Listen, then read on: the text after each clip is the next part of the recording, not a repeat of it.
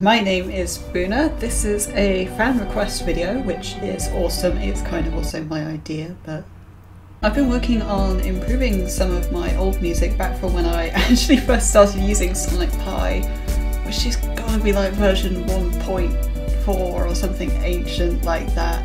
Back when Sonic Pi used to save in .txt files, so a long time ago. I asked on Instagram and on Twitter whether you guys wanted to see what I'd done, how I'd done it, and you guys were overwhelmingly, yes, we want to see what's going on, so here I am today showing you what is going on. So I'm taking you through two really old pieces of mine. The first one I'm calling Rain, the other one Waves. There's not the actual names for the pieces, it's just a little bit easier for me. They're both really quite close to my heart because they're really old pieces, but they're the first pieces I really made I thought were really good pieces. And to this day I still think, now that I've improved them, that they are really good pieces of mine. First piece I'm going to be talking about is Rain. So I'm going to set Sonic Pi to record just so you can actually hear this. I'm talking about part 3. Rain. This is the original version. I'm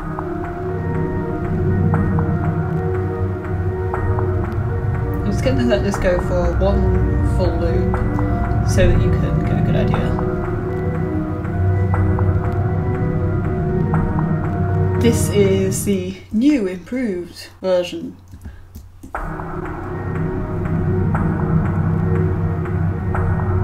There's a little bit of a difference with this one that you'll hear after the first loop.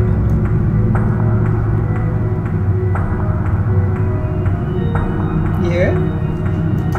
So, I'm sure you can tell the main thing that's been done is I've added reverb to basically everything just to get the vibe more consistent within the piece, because there was reverb on some of the tracks and not others before that, but also with the rest of the piece, which was a lot more wet. The mix has been changed quite a lot, I'm sure you can tell. That's purely so it sounds a bit more cinematic. You've got more of the wind effect, more of the ticks going on, more pacing, a bit more spooky, creepy, dark, dim. The main synth is what I've worked on the most. The original main synth, I'm just going to pull this out raw for you. This is the original version. And then the new version, it's quite subtle, but you can tell. And then I've brought in the octave. This is something I usually do with bass synths, where I have like one in like octave 0, so that's like stupidly low, then one in octave 1, sometimes I'll add another octave on top of that, so you get really thick sounding bass. With all this panning you can hear going on, I'm using a Sonic Pi effect called a pan slicer. This isn't an effect I've come across on any other software that I've used. You can do it using just automation, but this is a way faster and easier way of doing it. So props to Sam Aaron for that. And what this does is basically just a pan preset. You have things going left and right, and what you can do is you can set how far you want it to pan each way. So on this synth I've got it on max, and how long it will take to do that. This is usually in beats as well, it should be noted. So I've got this going for 3 beats, which in my case is 3 seconds. And I've got this smoothed really far as well, so that it's a really smooth transition from full pan left to right. This is something I actually use quite a lot now.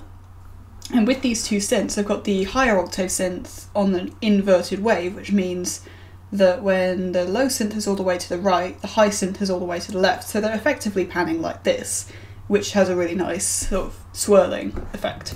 I'd usually do that sort of thing within the actual synth preset, because you can do that as opposed to using a pan slicer. The reason I didn't do the ring chain on it via the synth preset is because I'm using the play pattern timed feature to get the melody exactly how I want it.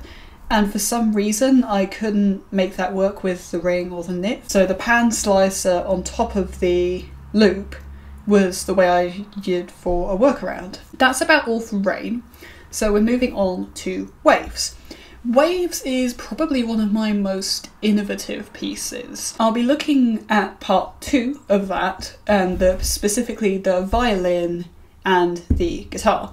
So first things first, this is the original of Waves Part 2. Yeah.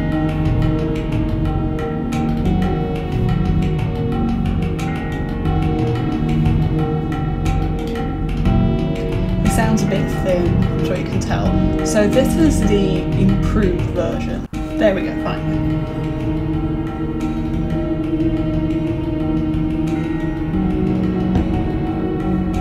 You can hear how much of a massive difference that is. Again, this is mostly just sort of applying reverb to everything to make everything sound a bit more consistent. That's something that is proving to be a sort of common issue with these old pieces. The synth strings, the violin, is the first thing I want to talk about, which is this loop here.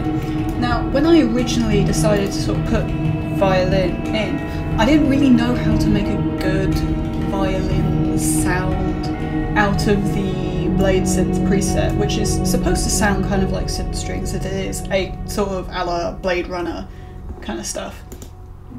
And the way I do this, honestly, the main thing you'll want is just a load of reverb to make it sound a little bit richer. I've actually layered 2 reverbs on this piece. The first, so it sounds like kind of a wet string sound, and the second, so you can just get all this weird delay stuff going on. That's just ear candy in a way. Usually I'd only use the one.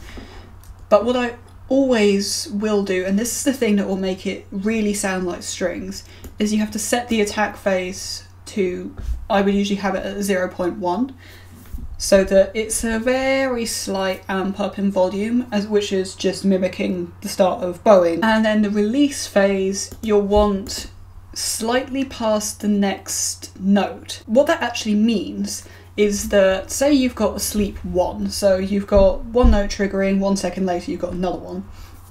What I'll usually do is I'll have my release phase being between 1.3 and 1.7, so it kind of blends into each other nicely, which kind of mimics the legato feel of a violin. In this case I've got it slightly longer, so I've got a sleep 3 but my release is 4. Generally speaking, the longer you're going between notes, the longer the pause is, the longer the release phase needs to be. That's my experience at least. The other loop I wanted to talk about is the guitar loop, and I'm actually going to show you a direct comparison for this. This is the guitar loop before I changed anything. This is sort of guitar sample and loop that I use quite a lot. It's not massively interesting as it is. That's not generally a problem, because when I do it like this it's usually kind of a background element. But this loop I wanted more in the foreground because it's kind of a main transition onto the third part of the piece. So, first things first, add a load of reverb. More reverb, there's not actually masses on. But here's what it sounds like after being improvised. This is the sort of what pan slicer sounds like by default. So again, I've got this set to full pan either direction, but this time the smooth is on 0, so it's just a harsh chop, as you can hear. Now, pan slicers are a really good way of drawing attention to a specific element of your piece, but also creating a load of stereo width and everything. So that's something I recommend using if you use Sonic Pi.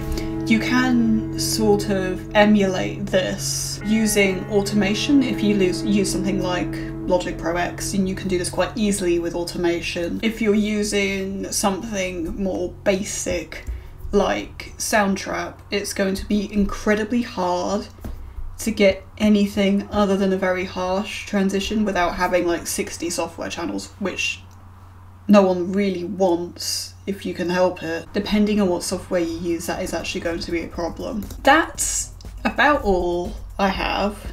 I have mentioned a new album coming here on YouTube, also on my blog before. I don't know much about that. Obviously I'm starting to work on some of my music, but that doesn't necessarily mean anything just yet. Also, I've been teasing, you've probably seen this on my Instagram and on Twitter, that I was teasing this track full of all these air raid sirens that might be playing in the background now, depending on how I feel.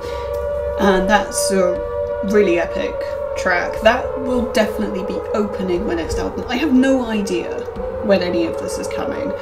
Hopefully I can get some more information on that soon. I've had more time to work on my music than I bargained for, so projects might be happening sooner than they would otherwise. I'm not going to promise you anything, I'm not going to say anything about release dates or anything. If you want me to do more videos like this, or some sort of technique videos for Sonic Pi, then that would be great. I'll be more than happy to do that, let me know. But in any case, see you soon, stay healthy, have a good one, whatever I usually say for that, that's just kind of here.